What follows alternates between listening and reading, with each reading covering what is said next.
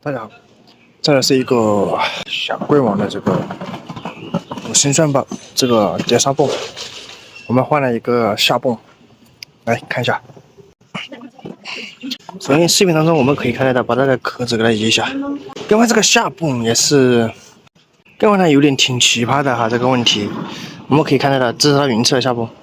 云侧下泵就算了，朋友们，关键是啊，它这个支架，这两只脚。和这个支架，它这个孔是一样的，合得起，但是这个脚和这个脚就不一样。那今天这一期视频，如果大家对这个刹车泵更换感兴趣，以及后期排空气，还有这个支架合不合，哪些泵和哪些泵不合，我们这一期视频如果大家感兴趣的话，屏幕上方搜索大师傅说某音，顺便点一个红心鼓励一下啊。我们来看一下，首先第一个点，如果你的电动车下泵哈，只要遇到这种五星钻爆的这种泵，你只要遇到这个螺丝拆不下来的情况下，想更换这个刹车片，那这个时候更换这个下泵的情况下，我们比这个泵的时候，你就是拆这个泵的时候，你一定把这个脚，这个泵两边螺丝的这个角度，也就是和我们后面装上去这个泵，你不管是，当然这个是雅迪的这个小的这个下泵，雅迪专用的啊。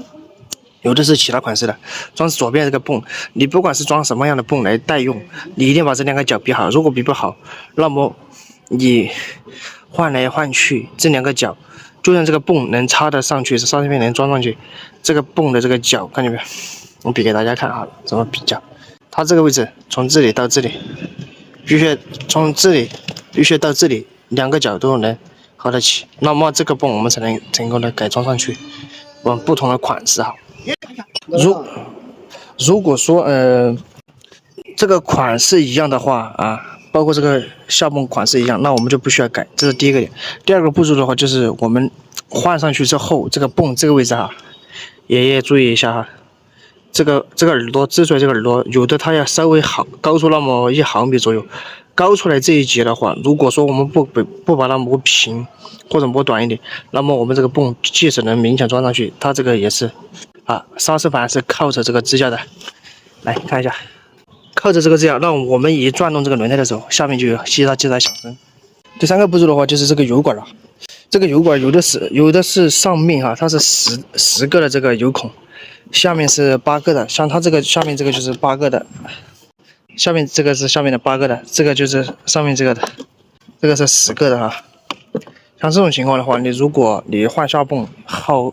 好多下泵通常情况下面都是10个的，那如果说我们装了这种下泵的话，需要把这根油管一起给它处理掉，那这个时候我们才能顺利的装上去排空气。排空气的话，一般就是把云油的这个油，我给大家讲一下，第4个步骤，云油的这个油给它脏油排干净，然后把这个螺丝拧下来，用一只手捂住这个出油孔，然后呢把这些脏油排完了之后，然后再加入这个新油，这个时候呢既保证我们这个脏油顺利的排出去，又可以保证我们这个新油装在里面不是很脏，然后同时还可以很确定的我们这个上泵出油的这个压缩力还可以，能够确定的话，这个时候我们装上去最多不超过15分钟就可以轻松给它排完。当然这个排空气它是有一定技巧，一般情况我们如果说要调排的时候，可以先不把那个下面螺丝松掉，然后呢，看这上面泡了之后，